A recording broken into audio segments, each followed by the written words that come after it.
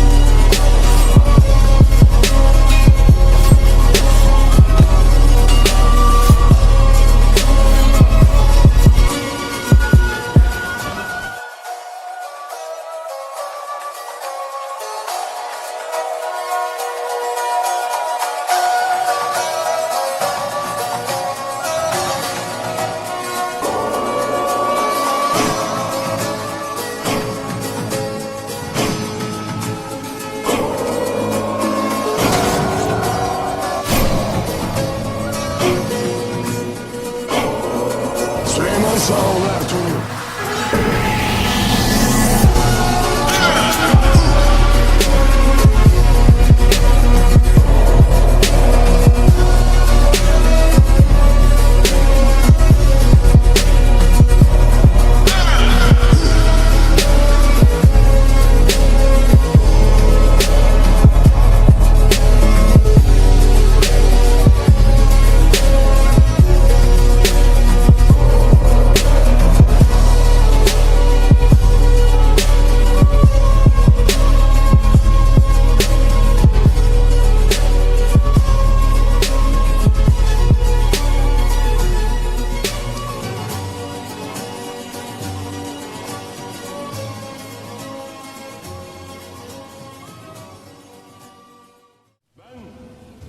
Süleyman Şah oğlu Ertuğrul.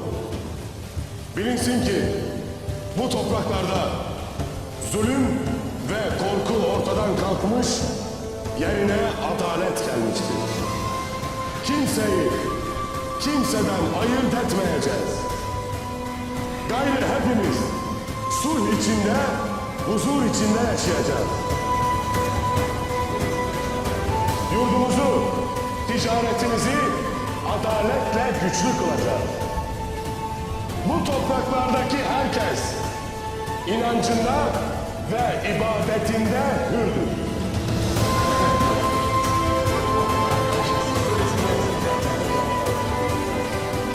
Adalet, hürriyet, sükunet, birlik.